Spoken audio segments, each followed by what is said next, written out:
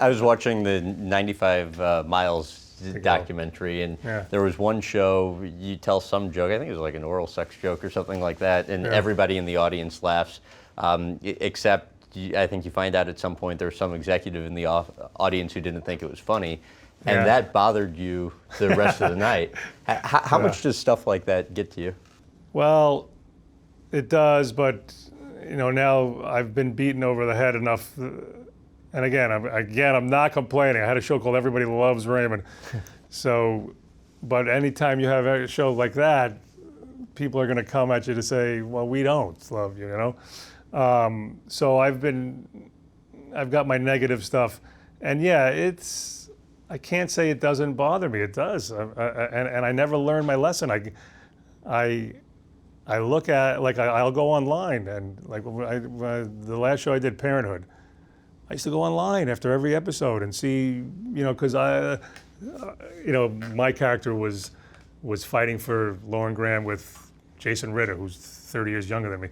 And I used to go online and see the people, what she want, and I used to, and we used to be back and forth. They were in his camp or my camp, and I would read it, and then I would call my assistant up and say, did you read this? And she's like, what are you doing? Why are you on those sites? Yeah.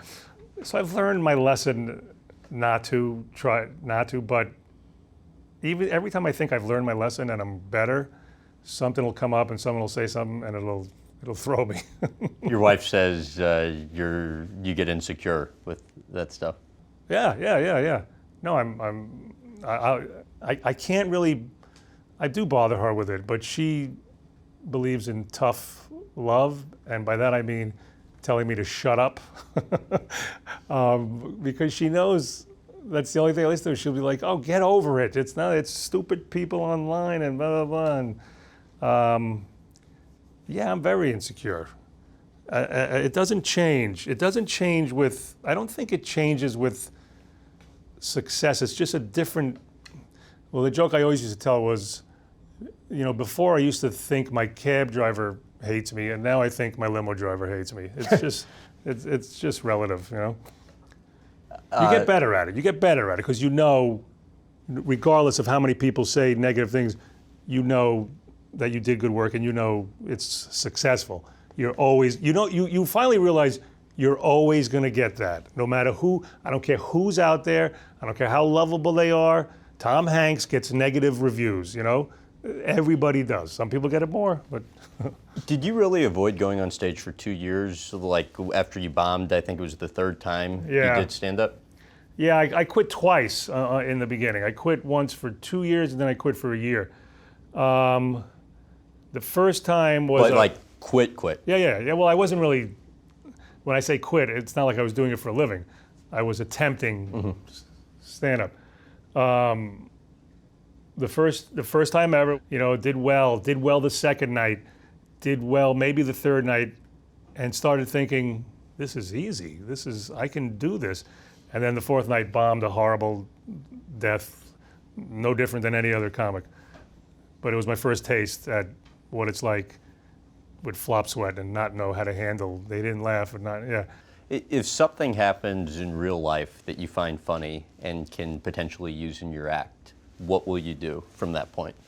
If something happens, like most recently, and this is exactly how it happened, my son just got his driver's license, 16 years old, and he ran out of gas on the 101, which is a 5-lane highway. Called us up and said, as casual as I'm saying right now, yeah, I'm out of gas. I said, Joe, where are you? And even more casual, I'm on the 101. I go, and of course I said, so you must be on the side. Nope, middle lane. This is word for word. And then this is exactly the exchange we had, because I'm panicking. What's the traffic like? Well, behind me it's bad, but it's moving in front of me. I swear to you, he said that word for word. I said, I'm going to kill you. Yeah. So I wrote it all down, and I go, you can't get better than that. So I wrote it down, and I took it to the next time I was at the Hermosa Beach Comedy Magic Club. And on the drive there with my buddy Tom, who was at 95 miles to go, we drove to Hermosa Beach. I started reading it out loud, And I started, and of course, then where can I go next? What's next? You know? And I started thinking, you know, and so on the way, by the time I got to Hermosa Beach Comedy Club, I had came up with the idea that my wife would probably defend him and say, so I made this up about my wife saying, well, he doesn't panic like astronauts. Maybe he'll be an astronaut. And then what's my retort to that? My retort is, I don't want to disappoint you, but if he can't interpret the gas gauge on a Mazda, he's not getting in the space shuttle. For more clips from this interview, visit GrahamBensinger.com.